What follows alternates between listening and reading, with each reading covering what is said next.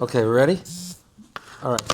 I wanted to talk about the Maharsham. The Maharsham's yard site was today, earlier. So I want to talk about him a little bit. He had like a certain incredible memory, like a creative memory that's fascinating, always fascinating to me. I had like a few little like stories I wanted to share. So let's just start from the beginning. The Maharsham was born, let's say, I didn't even look up his years. Let's call it 1840s, 1850. He was nifter in like 1910 or 11. So he lived like his time of paskening was like in the later half of the 19th century, like in the end of the 1800s. He dealt with all sorts of modern shilas, machine matzah, machine tzitzis, trains, post offices, business on Shabbos, Skayisha partners, like every sort of modern shilah, tons of modern shilas that we deal with today that are still very relevant to halacha l'maisa. Maharsham was like a major contributor to. Additionally, he wrote a sefer on Chesh Mishpat where he set a lot of policy for Batei Dinim. So he's a very, very consequential pasuk. He's a Talmud of Reb Shlomo Kluger, a real Galiciana Goyin, like in the chain of Galiciana Goyinim. He was like a marvelous genius.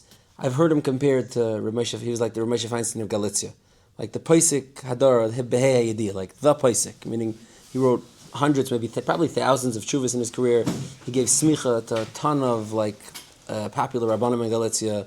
He was a Sar HaMaskim, like he gave Haskamas on Svarim, hundreds probably.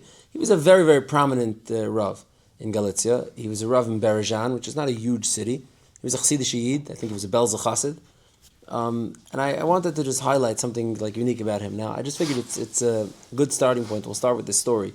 The Chabina Rav, who himself was a Goyin who knew every Taisus in Shas, meaning knew every Taisus in Shas perfectly, was a Goyin, said over about his father, the Koichem Yaakov, who was a Talmud of the Maharsham, that he remembers a Purim in the Maharsham's house. The Maharsham Ketov Lev HaMelech Bayai, and the Maharsham was a little bit, drunk. And the Maharsham told the Eilim around the table, he says, Geb mecha bechina, test me, see what I know. And they said, okay, sure. And they took out Gemara, all of Shas, the Bachram each grabbed the volume, whoever was there, and every guy started a line, and the Maharsham had to finish the line. And the Maharsham, with ease, everyone starts a line, whatever part of Shas, any Masechta, any Parak, and he finishes the blot. He says, it's too easy. Let's up the ante, do Taisvis. So again, they mish the blot, everyone starts taking a Taisvis and read a line from Taisvis, the Maharsham has to continue the Taisvis. That's already somewhat more substantial, somewhat more difficult. Again, too easy, the Maharsham bangs it right out. So let's do this, let's take it up a notch over here. Let's do it backwards. You read me a line backwards from anywhere in Shas, and I'll keep going backwards, which is much more challenging. Again, they did it, no biggie. He bangs it right out, whatever. Still too easy. Let's do Taisvis, backwards. They start doing Taisvis backwards, and the Maharsham aces it. Now, the way the story goes, the Chabina said this over, is his father, the Koichem Yaakov, when he said over the story, was drunk too. And he said, you know what, my Rebbe, the Maharsham, did it. Let me try too. And they tried, and he got stuck in Taisvis. By the backwards Taisvis, he fell off the wagon, and the Chabina says he remembers seeing the disappointment in his father's eyes, like he couldn't do what the Maharsham did.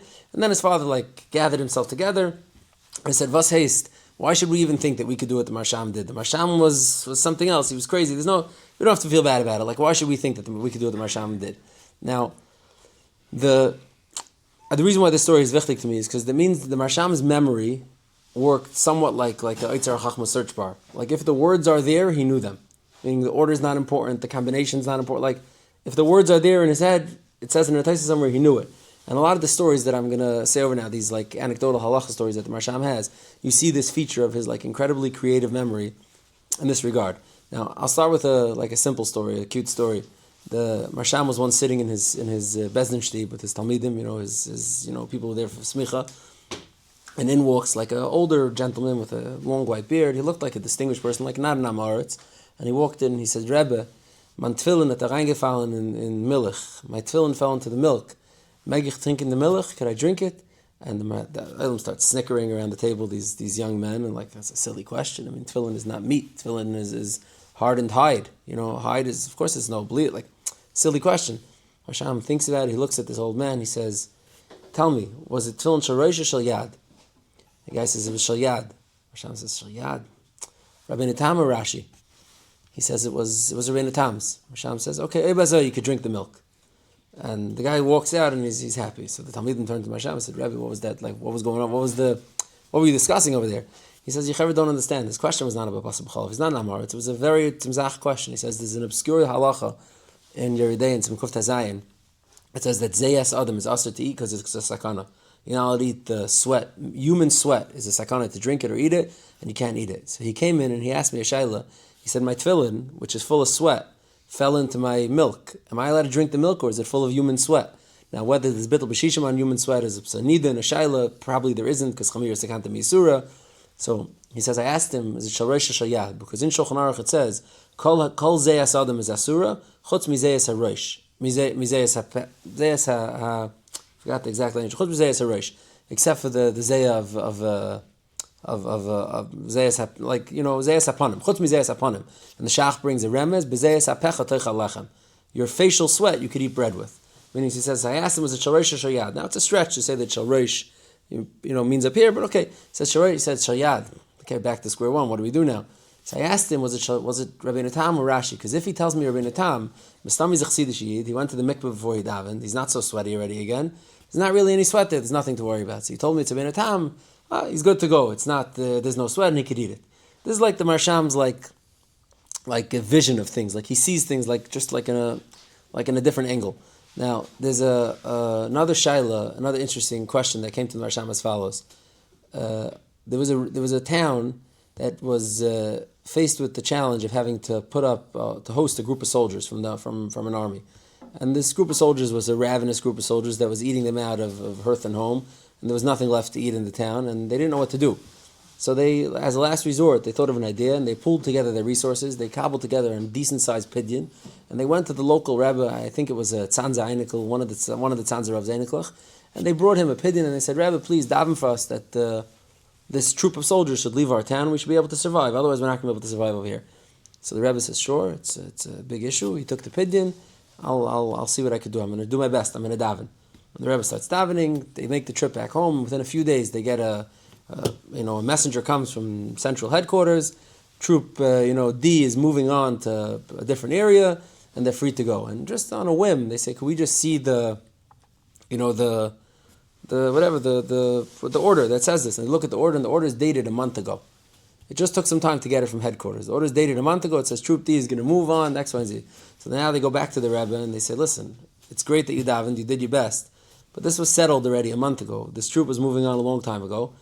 What you didn't really move the needle. We think we deserve the money back." And this local Rebbe, who remains unnamed for obvious reasons, said, "You came, you asked me to daven. I davened. I did what I was paid to do. I think I deserve to keep the money. But if you want to go to the entire, we could go to the Maharsham, and whatever the Maharsham says, we'll adhere to." So they go to the Maharsham, and they ask the Maharsham the shayla. The Maharsham thinks about it for a second. The Maharsham says, "In Shas havach nishkin raya, in Shulchan Aruch habechech nishkin raya. But I have a raya from a pasuk in Navi, and I think the Rebbe could keep the money." What's his raya? So the Maharsham tells him as follows. He says the psukim in Shmuel Beis in Perek Vav discusses how when David HaMelech, after the Muhammad with the Plishtim, when the Plishtim captured the Aron, so David HaMelech finally goes and vanquishes the Plishtim. He beats them, incredibly, and then he gets the Aron back. And on his way, taking the Aron back to Yerushalayim, there's the story with the Aron starts tipping off the wagon, and someone steps forward to try to catch it, and he dies. And David HaMelech is very scared, like turned off from the Aron. He said, "Oh, this is too dangerous. Like, this is dangerous. Klal Yisrael is not prepared to have the Aron, to manage the Aron." And he diverts the Aron. He says it should go stay in Beis Ovid Edom Hagiti, who's a Jew from Shevet Levi, who David Melech felt was properly prepared and trained to deal with the Aron. Let the Aron go stay over there, and we'll pick it up from there. So now the pasuk says, "V'lei avad David lahaser elavas Aron Hashem al ir David v'yeteu David Beis Ovid Edom Hagiti." Then v'yeshav Aron Hashem Beis Ovid Edom Hagiti shloisha chadashim. It stayed there for 3 months in the house of Beis Ovid Edom Hagiti. Vayivarech Hashem. It says Hashem blessed as Ovid Edom as called Beisai. Hashem gave a bracha to Ovid Edom and his whole family. Vayugad lamelech David lemer berech Hashem as Beisai Ovid Edom. Became known to David HaMelech that a major bracha was shared in the house. V'askala shalei b'avor arein elikim v'yelech David v'yalas Aron elikim Beisai Ovid Edom ir David b'simchus. David goes back and says, "Oh, if I says it's safe, the Aron is being kind to those who take care of it." He goes to collect it and bring it back home. Now Chazal, the Gemara in Brachas in Daf Samach Gimel tells us what was the bracha that took place in the Beis Ovid Edom Hagiti. So it says as follows, that he had a wife and 8 daughter-in-laws, and each one of them gave birth to 6 children, Shisha B'Karis Echad. I mean, there was a tremendous surge in children in that household. his wife, and every female in the household, meaning in his whole homestead, everyone was connected, every female in the family gave birth to Shisha B'Karis Echad. This was the bracha. So now, Shtal Tzach Pasha de Kasha. The pasuk says that the Aron was only there for 3 months. That's how long it was there. At the earliest, at the minimal amount of time of gestation that it takes for a woman to have a baby, it's got to be 6 months and a day. Even in Bimei Chazal, 6 months and a day is the shortest it could be. It's usually longer than that. So how did David HaMelech become aware already that there was a major bracha that was shayra? They were sachakil 3 months pregnant. They could at max have been sachakil 3 months pregnant when they were there. How could it be?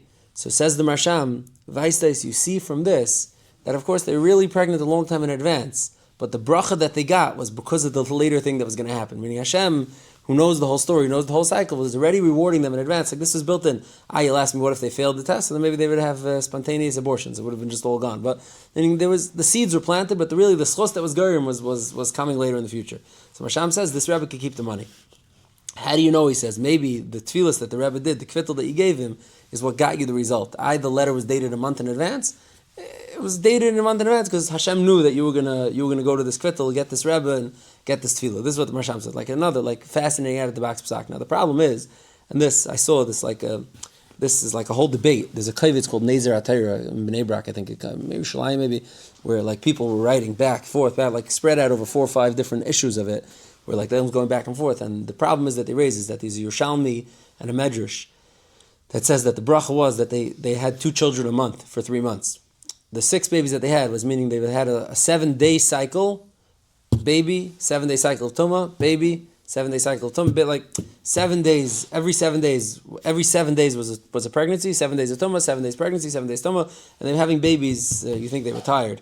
And they're having babies like every the Medrash even gives a count of like at the end of the first month they had X amount of babies and chayna. So according to the Medrash and the Yerushalmi, it says the bracha of Shisha B'Karis Echad. It doesn't mean that they had normal pregnancies that lasted, the normal amount of time, and then produced the baby for the Maharsham to bring this raya.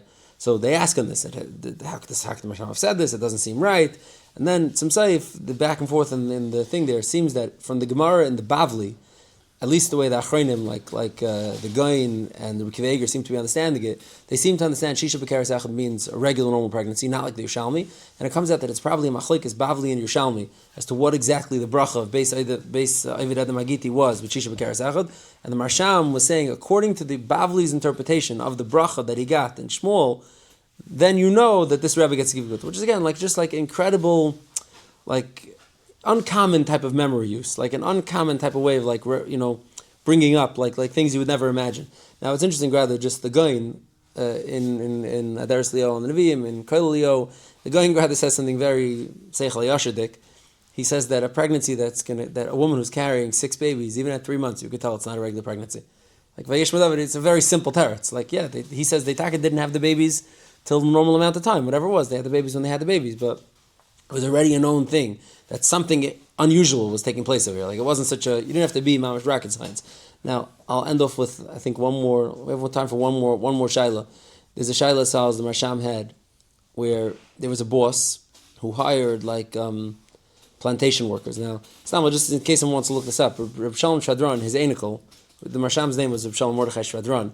His anikel Reb Shalom Shadran from Yerushalayim, the famous Maggid, who put out most of his farm later on. In the Hakdama to Das Torah and Archaim, he has a whole article of the collection of the Kishron of the Maharsham, like a whole article, and he brings all these stories.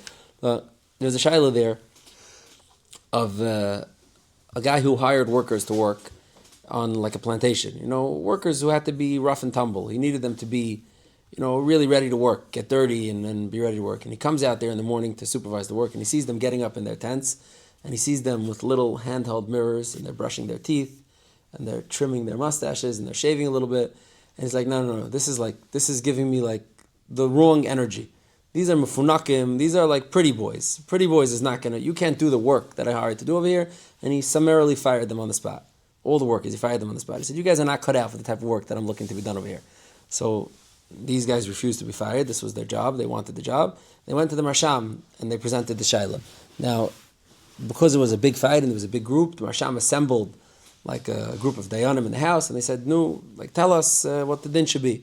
And the Dayanim was sitting, and each one saying svaras back and forth, and then suddenly the Maharsham, pops up, and he says, what's this whole Tumularai, this whole discussion? It's a Mefurish Gemara. And now he piqued everybody's interest, and all the famous Bekiyim start thinking, Brachas, Shabbos, going through it, and no one could think where it is. And he says, okay, I'll make it easier for you. It's a Gemara and Shabbos. Again, each one starts thinking, still nothing. I'll make it easier for you. It's in Bameish, it's a short parak, it's 5.5 blot. Bamei Behema, it's 5.5 blot, it's a short parak, it's not a big deal. Again, they start thinking, going through, no one come up with it. Finally, the Maharsham tells them there's a Gemara in Shabbos, which talks about Chiram Melech Tzor getting cities from Shlomo Melech.